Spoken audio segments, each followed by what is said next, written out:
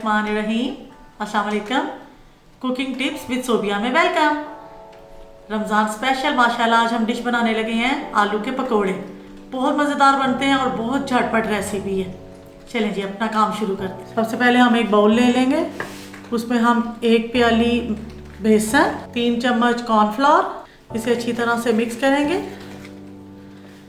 इसमें हम ऐड करेंगे धनिया थोड़ा सा बारीक कटा हुआ, हरी मिर्चें बारीक कटी हुई 2 अदद हम अंडे ऐड करेंगे इसको क्रिस्पी करने के लिए। 1 टेबलस्पून नमक, 1 टीस्पून गरम मसाला, 1 टीस्पून सूखा धनिया, 1 टीस्पून से थोड़ी सी कम काली मिर्च, 1 टीस्पून ज़ीरा और 1 टेबलस्पून कुटी हुई लाल मिर्च हम ये ऐड करेंगे और अच्छी तरह इन्हें मिक्स कर लेंगे।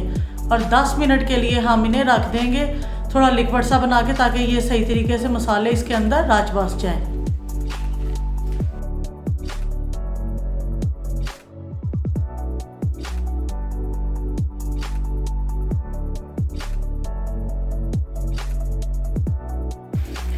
ऑयल हमारा अच्छी तरह से गर्म हो गया।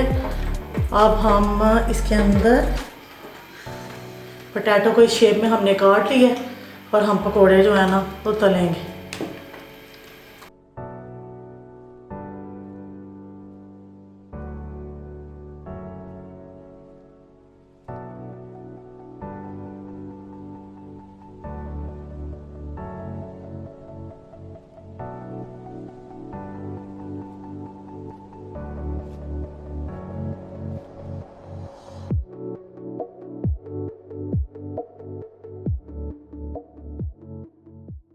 हमारे मज़ेदार से पोटैटो पकोड़ा रेडी हो गए हैं। रमज़ान में इनको बनाने का बहुत झटपट तरीका है और ये बहुत टेस्टी लगते हैं।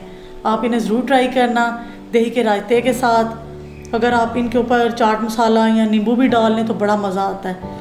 आप मेरी रेसिपी ज़रूर ट्राई किया करें, आपको अच्छी लगेंगी इंशाल्लाह। मेरी वीडियो को लाइक किया करें, मेरे चैनल को सब्सक्राइब कर दें। ओके, थैंक यू, अल्लाह हाफिज़, खुश रहो।